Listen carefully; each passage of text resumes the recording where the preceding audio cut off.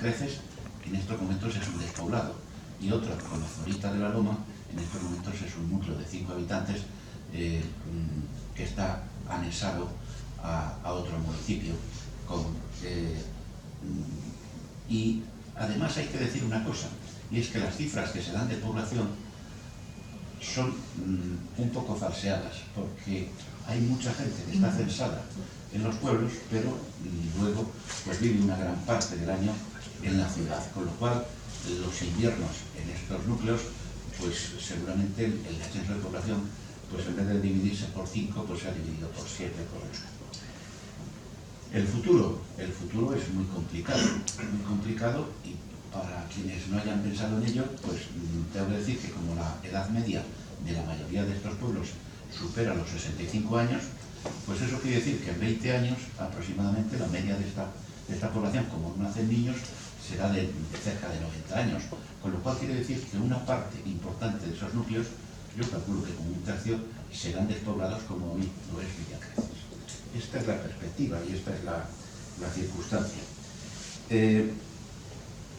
Desde ese punto de vista, yo creo que se hace necesario tener un pensamiento que vaya más allá de la política.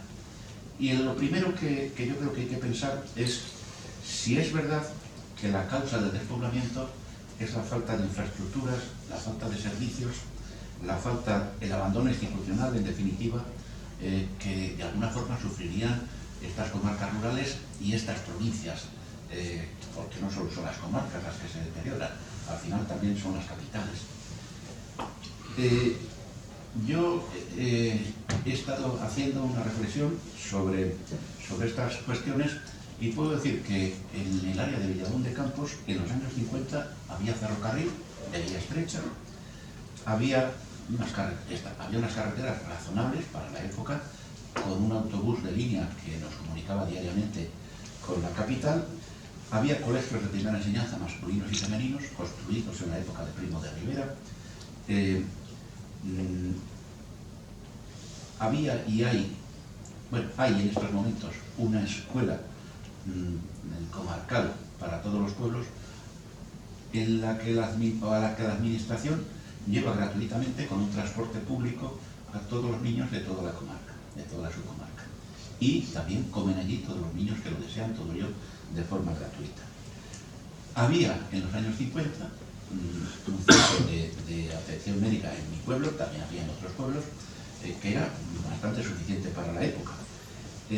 Tengo que decir que el número de cartillas medio por médico en las áreas rurales, especialmente en esa comarca, es del orden de la mitad del número de cartillas de los profesionales de aquí, de las ciudades.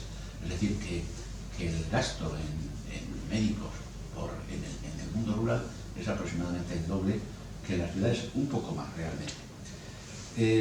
También había y hay atención veterinaria, oficinas agrarias, cuartel de la Guardia Civil, instituciones bancarias, había entonces tres oficinas bancarias.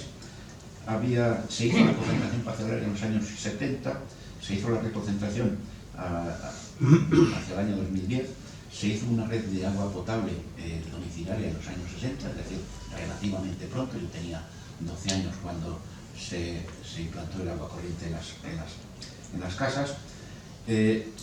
Se rehizo un sistema nuevo de tipo comarcal de agua potable en el año 2015, se desarrolló también un regadío y se desarrolló en los años 50 un silo, entonces en una inversión cara, una infraestructura agraria muy importante. Es decir, la respuesta es que había una atención, y la ha seguido habiendo, una atención notable de las administraciones públicas en relación con la comarca. Yo diría que más importante que la que había en las ciudades. Me refiero a más importante en el sentido per cápita, la inversión per cápita era mayor. El gasto en estos momentos todavía por habitante de las administraciones públicas es del orden del doble en el mundo rural que en el mundo urbano. Es otra cifra también, lo digo simplemente no por justificar nada, sino porque tengamos en cuenta que cuando se habla muchas veces de falta de atención al mundo rural, se habla muchas veces sin conocer los datos y por lo tanto hay que ponerlos un poco en cuarentena. ¿Dónde estriba la respuesta a la caída de la población? No estriba desde luego en que las infraestructuras y la atención institucional sean escasas o los servicios públicos. Yo creo que la respuesta está fundamentalmente en la evolución sufrida por la actividad productiva principal de esta comarca y de otras muchas, que es la actividad agraria, que como veremos con detalle, pues ha sufrido una serie de modificaciones estructurales que han incidido notablemente en la población. Voy a dar algunos datos. En un pueblo como el mío, de 7.500 hectáreas, había aproximadamente en los años 50 del orden de 200 explotaciones con una media de 35, 37, 38 hectáreas que en unidades de medida comarcales, que eran las iguadas, equivalente a las antiguas yugadas castellanas, tres iguadas en una hectárea, venían a suponer del orden de 100 iguadas. Eso es una explotación ya notable. Naturalmente no todas eran propiedad de los agricultores, sino que muchas de ellas eran arrendadas. Pero todo eso supone que esas 200 explotaciones medias, considerando que el empleo de cada explotación eran 2,5 empleos por año, 2 el dueño y lo que se llamaba el obrero de año, que era el fijo, y luego el que se contrataba en los veranos, pues contando con 2,5 empleos por explotación, eso supone que había 500 empleos netamente agrarios. El sector servicios en agricultura suponía del orden de 40 empleos. El sector de transformación agraria, había entonces 4 fábricas de harina en el pueblo que tenían del orden de 100 habitantes, y había también otras instalaciones de una panadería industrial, algunas otras que suponían en conjunto 125 habitantes. Había 50 ganaderos de ovino, con atajos del orden de 120 animales por cada rebaño, lo cual suponía del orden de 75 empleos, teniendo en cuenta que en cada casa donde había un ganadero, un pastor de ovino, solía ayudarle mucho la mujer en la elaboración fundamentalmente del queso, que es una actividad claramente vinculada con la agricultura y que le valoró aproximadamente en 25 empleos. Existía también un sector de servicios ganaderos bastante importante. Había 2 veterinarios, 3 esquiladores, 2 serradores y 3 empleos más, que suponían 10 empleos. Otras actividades iguales que valoraban 25 empleos vinculadas claramente con la agricultura. Los guardas del campo y de la Cámara Agraria, así como una quesería que había, y la comercialización y los almacenes agrarios suponían del orden de otros 25 empleos. En total, 800 empleos relacionados directamente con la agricultura, es decir, empleos del sector agrario. Unos pura y exclusivamente de las explotaciones agrarias y otros directamente vinculados.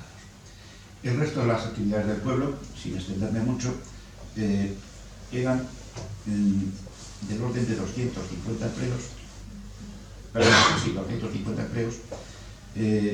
pues básicamente vinculados al comercio, al matadero, los sanitarios, la banca, la maquinaria, en fin, no voy a entrar en detalle. 250 empleos, con lo cual la población del pueblo estaba más o menos repartida en 800 empleos agrarios o vinculados directamente a la agricultura, por una media de 4 personas de familia por empleo, porque todas las familias eran más altas, de mayor número que ahora.